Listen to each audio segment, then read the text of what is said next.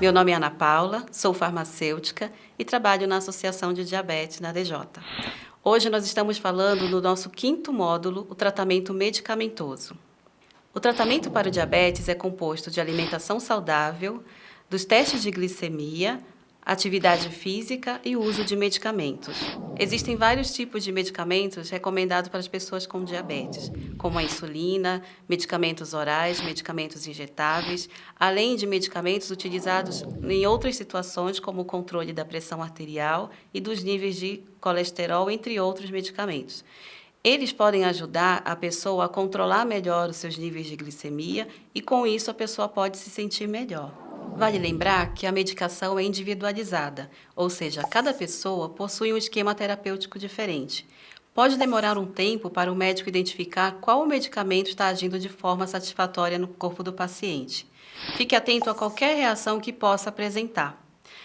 Cada medicamento age de uma maneira diferente. Por isso, compreender como o medicamento atua no organismo do paciente e a importância da sua correta utilização é essencial. Na dúvida, leia sempre a bula. Vamos falar dos medicamentos utilizados no controle do diabetes. Agentes antidiabéticos podem ser orais e injetáveis. São medicamentos que reduzem os altos níveis de glicose, mantendo-a em níveis normais. Esses medicamentos atuam de diversas formas, como aqueles que estimulam a produção de insulina, para aquelas pessoas que ainda produzem insulina, aqueles que melhoram a ação da insulina, ou aqueles que diminuem a produção de glicose do fígado e ainda aqueles que aumentam a excreção de glicose através da urina. No caso das insulinas e seus análogos, o objetivo maior do tratamento é manter essa variação de glicose dentro de um limite estabelecido. É basicamente imitar o comportamento, da insulina de uma pessoa que não tem diabetes. E a gente pode observar nesse gráfico a secreção de insulina de uma pessoa que não tem diabetes. Então, a gente pode observar que em 3 períodos, como o café da manhã, almoço e jantar, existe uma secreção maior de insulina. E nos períodos de jejum e entre as refeições, a gente também visualiza essa secreção de insulina.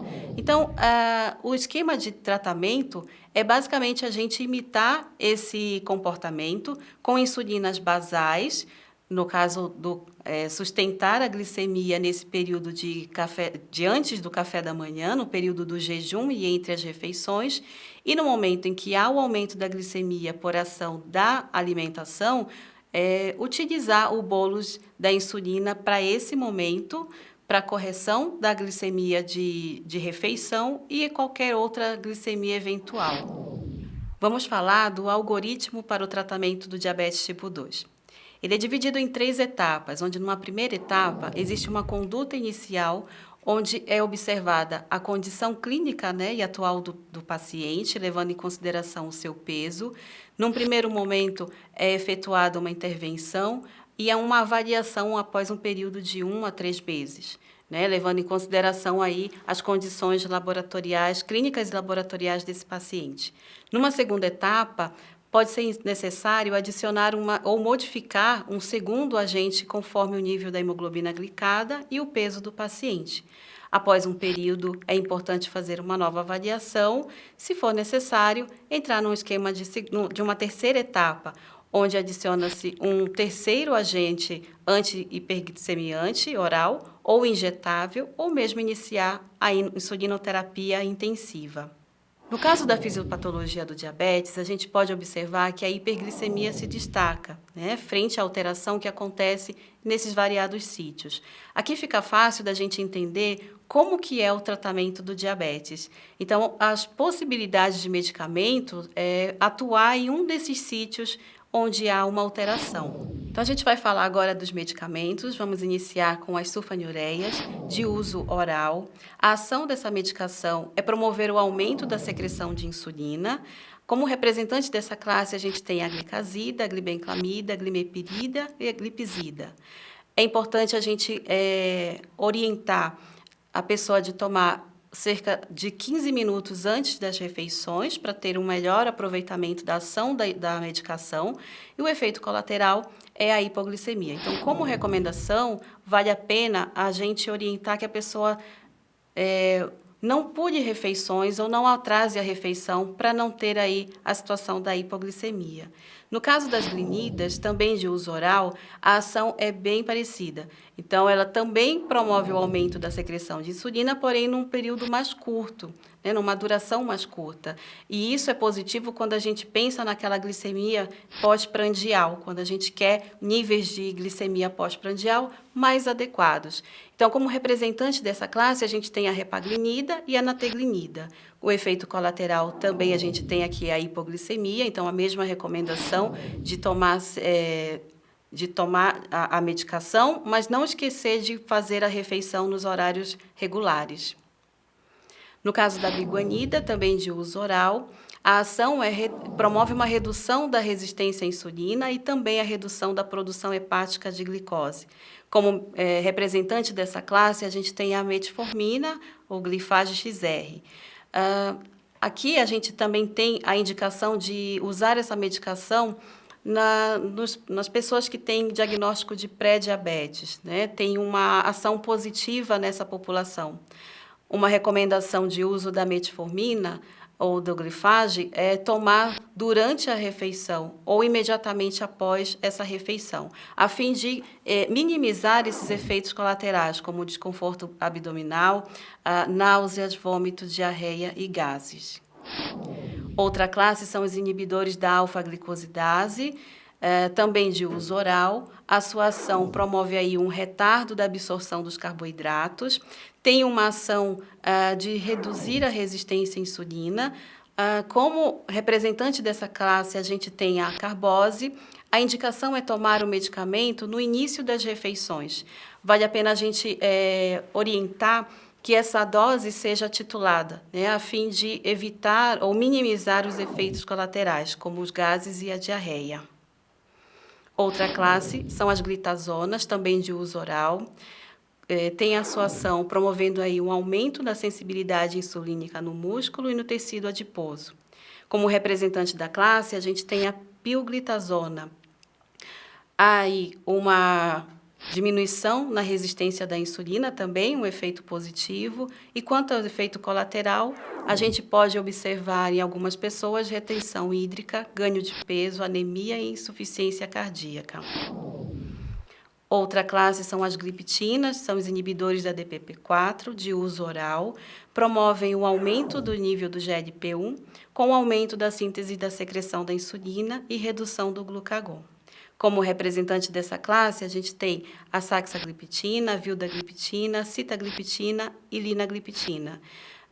Aqui não tem um horário fixo para a tomada do medicamento, mas é importante a gente orientar que a pessoa siga um esquema para não ter o esquecimento de tomar o medicamento. Então, que ela possa tomar todos os dias no mesmo horário, para que não caia no esquecimento.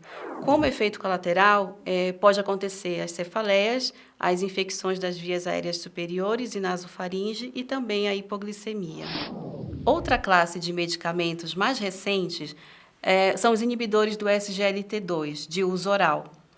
Essa classe de medicamentos, ela previne a reabsorção da glicose e, como consequência, a promoção da glicosúria, ou seja, a eliminação do açúcar através da urina. Então, vale a pena aqui a gente observar os representantes dessa classe, que é a dapagliflozina, empagliflozina e a canaglifosina.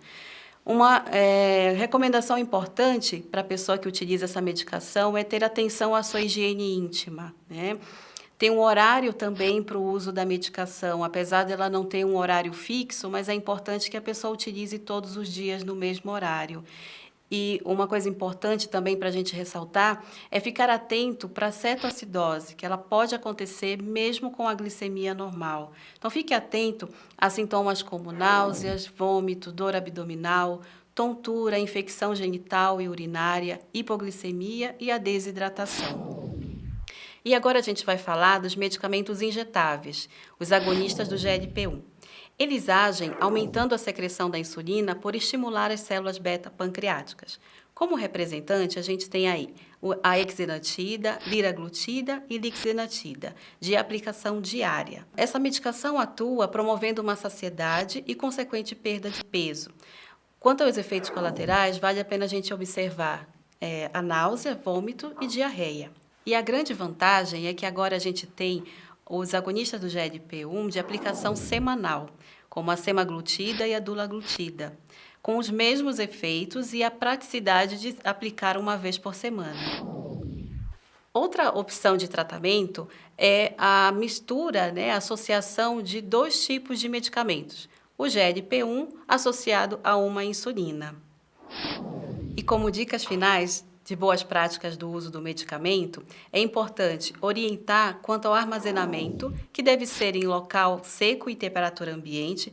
Então, vale a pena orientar a não guardar a medicação na cozinha ou mesmo no banheiro, por conta de aquecimento ou mesmo a umidade.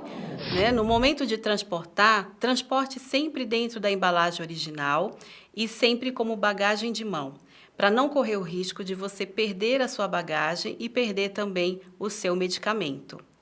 E quanto à administração, é importante sempre ingerir o medicamento com água, obedecendo o horário e a dose estipulada pelo médico na prescrição.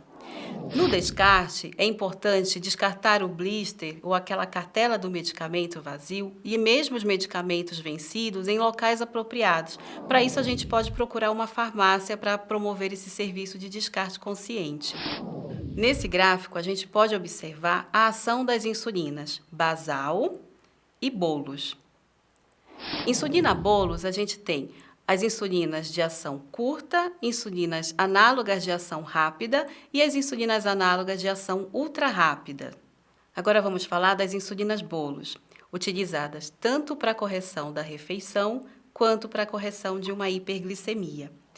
No caso das insulinas de ação curta regular, deve ser aplicada cerca de 30 minutos antes. E no caso dos análogos de ação rápida, 15 minutos antes e ação ultra rápida no momento da refeição. E no caso da insulina basal, nós temos a insulina de ação intermediária, que é a NPH, os análogos de ação longa, a glargina detemir, análogos de ação ultralonga, no caso da glargina U300 e a degludeca. Outro tipo de insulina são as pré-misturas, indicadas principalmente para pessoas que têm diabetes tipo 2, por ter um esquema de insulina mais fixo. Agora a Jaqueline vai falar com vocês sobre os dispositivos para aplicação da insulina. Olá, agora nós vamos falar um pouco sobre os dispositivos para aplicação de insulina injetável que nós temos. Então, nós vamos ter na apresentação como seringa, caneta ou a bomba de insulina. Lembrando que não existe o melhor ou o mais indicado, Isso vai variar de acordo com o perfil do paciente, faixa etária, estilo de vida, a rotina desse paciente. E isso vai ser discutido, vai ser acordado na conversa com o profissional e o paciente também, ou o responsável familiar que estiver acompanhando. Falando um pouco mais sobre as seringas, nós vamos ter algumas apresentações dessa seringa. Então, nós vamos ter uma seringa que a capacidade máxima dela são de 100 unidades. Nessa seringa, cada graduação, que são os traços que indicam a unidade de insulina, cada traço desse equivale a 2 unidades de insulina. Então, nessa seringa de 100, a gente sempre precisa orientar o paciente, porque ele corre o risco de fazer o dobro da dosagem. Então, por exemplo, ele precisaria fazer 2 unidades de insulina. Se ele seguir só os traços, aspirar até o 2, provavelmente eles estariam fazendo 4 unidades de insulina. Ele sempre vai estar fazendo o dobro e correndo o risco de ter uma hipoglicemia. Então, é importante orientar em relação a essa seringa de 100 e também com a seringa de 100, a gente só consegue fazer dosagens pares. Ímpar não é possível fazer, A gente vai ficar sempre nessa incerteza da quantidade de insulina que foi aplicada. Então, a gente deixa restrito somente as dosagens pares. Nós vamos ter também a apresentação de 50 unidades e aí sim, cada traço, cada graduação equivale a 1 unidade de insulina. Nós vamos ter também a de 30 unidades. Nela nós temos 2 modelos. Que cada traço equivale a 1 unidade de insulina, e nós também temos uma que é a mais curta, que ela faz meia unidade de insulina. Na seringa, essa é a única apresentação que nós conseguimos fazer de meia e meia unidade, que é importante para uma criança, por exemplo. Nas seringas, nós vamos ter as agulhas de 12,7, de 8 e 6 milímetros. Falando sobre as canetas, nós vamos ter ela na apresentação reutilizável e a descartável. Então, quando o paciente adquire a caneta descartável, ele vai usar toda a caneta, acabou a insulina, ele vai desprezar tudo. Na caneta reutilizável, quando ele termina de usar a caneta, ele vai tirar o refil e colocar um novo, né? As pontas de agulha dessa caneta, elas não vêm na caneta. Então, a cada aplicação, nova aplicação, o paciente precisa acoplar isso na caneta para realizar essa aplicação. E na caneta nós vamos ter as pontas de agulha na apresentação de 8, 6, 5 e 4 milímetros também. Existem algumas boas práticas que são necessárias na aplicação de insulina para que o paciente ele tenha segurança e que no momento da aplicação a gente também tenha certeza que essa aplicação está sendo feita no tecido subcutâneo, que é onde deve ser feita a aplicação de insulina, que é na gordura. Então, quando nós falamos da prega subcutânea, o que é na verdade, né?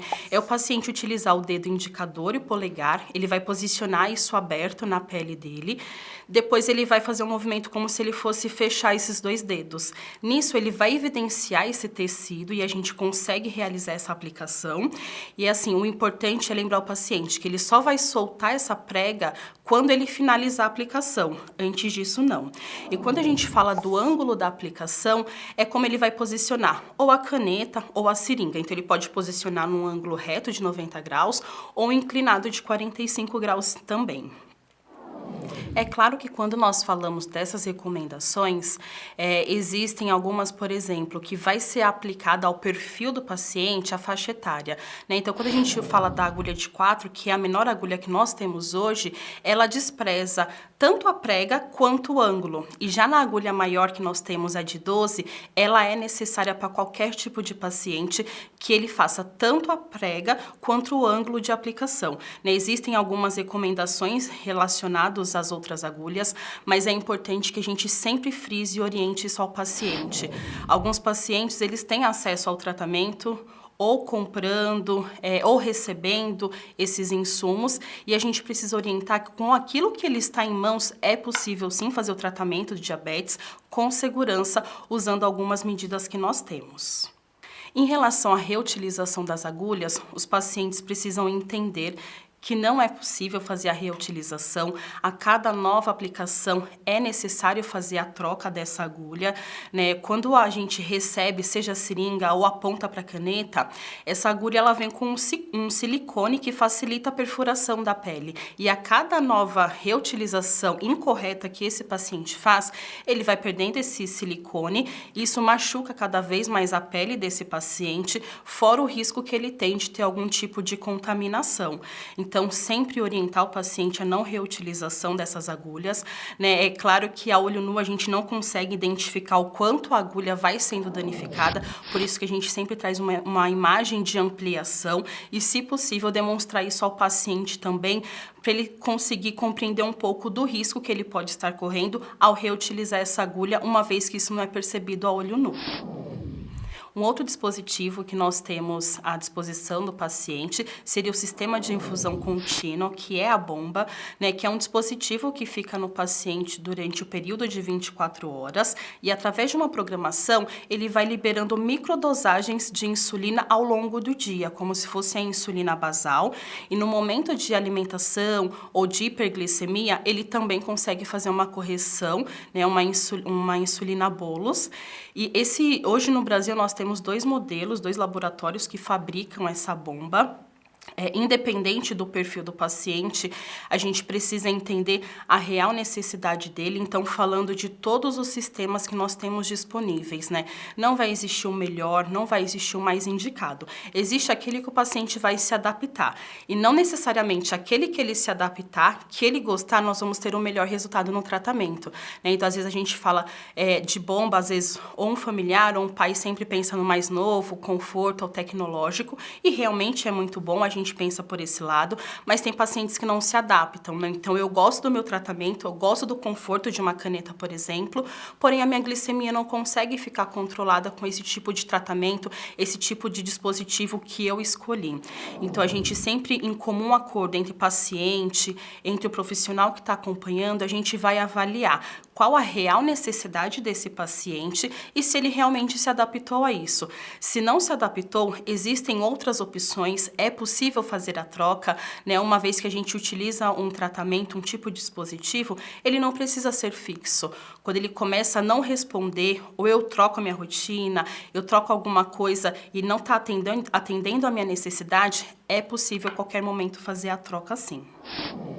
Então, para pacientes que realizam aplicação de insulina, é necessário fazer o rodízio nos locais de aplicação. Hoje nós vamos ter 4 locais para que ele possa fazer essa aplicação. Então, é braço, abdômen, perna e nos glúteos. Os pacientes que forem fazer a aplicação no braço, ele sempre vai se localizar colocando 3 dedos abaixo da linha da axila, 3 dedos do cotovelo, e ele vai ter essa região para fazer a aplicação. Na barriga, ele vai localizar 3 dedos na linha do umbigo, né? Então, ele vai localizar esses 3 dedos e após os 3 dedos, ele pode fazer a aplicação. Por que a gente fala após? Para que ele não fique sempre do ladinho do meu 3º dedo, né? Ele pode andar um pouco mais, explorar um pouco mais esse abdômen. Na região da perna, ele vai localizar 3 dedos abaixo da linha da virilha e 3 dedos acima do joelho. O que é importante a gente falar sempre desses 3 dedos, dessas marcações. Esses 3 dedos tem que ser da pessoa que está recebendo insulina, né? Então, quando a gente fala de uma criança que é um familiar, um responsável que vai fazer a aplicação, quando ele for medir, ele vai utilizar o dedo da criança, né? Que é proporcional ao corpo de quem está recebendo insulina. Então, na perna a gente vai localizar também esses 3 dedos, usando a parte lateral, né? A parte na frente, porém é a lateral externa. Nas nádegas, no glúteo, a gente vai utilizar a parte superior de fora. Então, a gente consegue fazer um quadrado, um quadrantezinho e realizar a aplicação. Muitas vezes o paciente ele vai relatar que usa todos os locais, mas qual é a diferença? A forma com que ele explora esse local de aplicação. Utilizar todos os locais não significa fazer o rodízio da forma correta, né? O indicado é que ele explore ao máximo. Nós temos regiões grandes, independente da demarcação, e o ideal é que ele utilize toda essa região. E aí, como o paciente vai se organizar, vai ser a escolha dele, vai ser como ele vai se adaptar. Então, ele pode esgotar uma região, ele pode dar preferência para em casa fazer perna ou braço e na rua fazer em outros locais. Não existe a forma correta, existe a forma que ele vai se adaptar e vai conseguir fazer esse rodízio. E por que a gente fala bastante dessa importância do rodízio dos locais de aplicação? Existem as lipodistrofias que é muito comum a gente observar em pacientes que façam uso de insulina. A lipodistrofia ela pode ser dividida de 2 formas. Em lipohipertrofia, que é quando vai formando umas calosidades, alguns nódulos no local da aplicação, e isso é perceptível, né? Muitas vezes a gente consegue observar e perceber isso, ou a gente só vai perceber através de um exame físico, através de uma palpação. Ou a lipoatrofia, que é um abaulamento que acontece no local da aplicação. O paciente vai perdendo esse tecido de gordura. Independente dos 2 formatos, isso ocorre porque o paciente ele não faz o rodízio, né? Então a gente precisa incentivar que realize o rodízio, e sempre que acontece essa lipodistrofia, eles acabam fazendo muito mais porque eles vão perdendo a sensibilidade. Então isso vai se tornando confortável porque ele não tem mais dor, né? Mas o indicado é que ele não faça, uma vez que o profissional que acompanha percebeu, ele oriente que o paciente não faça mais aplicação nesse local, que ele mude até que o tecido dele se recupere, para daí sim ele voltar a fazer o rodízio. E aí ele também precisa explorar muito mais as outras áreas, uma vez que um desses locais provavelmente ele não vai poder utilizar até que ela volte ao normal. E mais recente, nós temos também a insulina inalável, a Fresa, que o paciente, quando ele adquire, ele vai receber o inalador, mais os cartuchos com as unidades de insulina. Nós vamos ter disponíveis cartuchos que eles são de acordo com a unidade e a cor também. Então, nós vamos ter 4 unidades, que é representado pela cor azul, 8 unidades verde e 12 unidades amarela. Quando o paciente adquire esse kit, ele precisa lembrar que cada inalador deve ser usado utilizado em até 15 dias. Deu 15 dias, ele vai descartar e vai utilizar um inalador novo. E para estar utilizando essa insulina, ele vai abrir o inalador dele, vai colocar o cartucho. Existe uma seta para cima que quando ele fechar esse inalador, ele vai ouvir um clique. Isso significa que ele está pronto para ser utilizado. Não é indicado que esse paciente tente furar esse cartucho de uma outra forma ou que tente administrar isso de uma outra forma com outro inalador, por exemplo. A insulina, os cartuchos à fresa devem ser utilizados no inalador à fresa também, eles são compatíveis. Então, ele conseguiu colocar esse cartucho, ele vai ouvir esse clique e ele vai estar pronto para uso. Então, o paciente vai retirar esse bocal e vai realizar a aspiração e inalação dessa insulina. Lembrando que a insulina fresa, hoje, ela não é indicada para menores de 18 anos, para pacientes que têm algum tipo de doença crônica pulmonar e pacientes fumantes ou ex-fumantes que pararam recentemente. E vamos ressaltar também que as dosagens da insulina fresa, elas não são compatíveis com uma insulina injetável. Isso precisa ser adaptada pelo profissional que acompanha o paciente também. Então, falando da conservação de insulina, né, os pacientes geralmente eles têm 2 tipos de insulina em casa, que é a insulina de reserva, que é a insulina lacrada, que ele nunca utilizou, e a insulina aberta, que está em uso.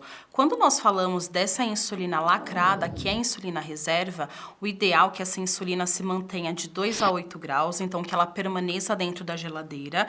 E sempre que a gente for colocar na geladeira, tem que ser na última prateleira, acima da gaveta de legumes. Né, alguns pacientes cometem o erro de colocar as insulinas dentro de uma caixa de isopor. E a ideia da caixa de isopor é o quê? É o isolante térmico. Ele não permite que a temperatura de fora entre dentro da caixa, na insulina, né, que a gente está falando da insulina. Então, o ideal é que esse paciente coloque sim na geladeira, em uma caixa, mas que seja num pote plástico, por exemplo, para proteger a insulina. Né? Então, se cair algum líquido, ele não vai danificar a informação como o nome de insulina, validade, isso vai ser mantido, a gente consegue otimizar isso. E quando a gente fala da nossa insulina, que é a insulina em uso, os pacientes, geralmente a maioria delas nós temos até 28 dias, que é a validade dessa insulina para estar utilizando. Temos outras insulinas também, como a Toujeo, Degludeca, que temos até 2 meses para o paciente utilizar ela após aberta. A insulina inalável também, nós temos algumas regras em relação à validade. Falando do transporte de insulina, a gente também precisa observar e diferenciar a nossa insulina de uso e a nossa insulina reserva, né? Então, a insulina reserva, que é a insulina lacrada, assim como ela precisa ser mantida na geladeira, ela precisa ser transportada também. Então, esse paciente pode colocar no isopor, numa bolsa, uma nécessaire que tenha esse isolante térmico, né, que faça essa função.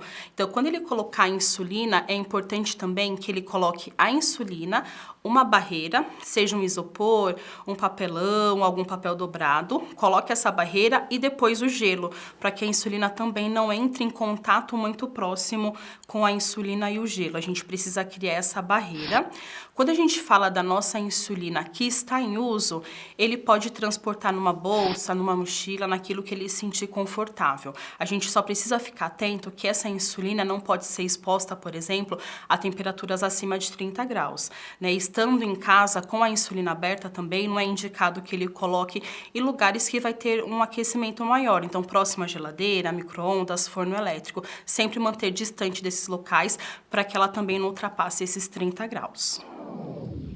Falando do nosso descarte, né, o paciente que faz uso de insulina, ele precisa lembrar que o descarte, existe um descarte correto, né? Então, nós temos essas caixas que a gente consegue fazer descarte de pérfuro cortante, lixo biológico, lixo químico, e alguns pacientes conseguem adquirir isso, ou eles compram, ou eles recebem junto com os insumos, e eles vão fazer o descarte da seringa, da ponta da caneta, da agulha guia que foi utilizado na bomba também.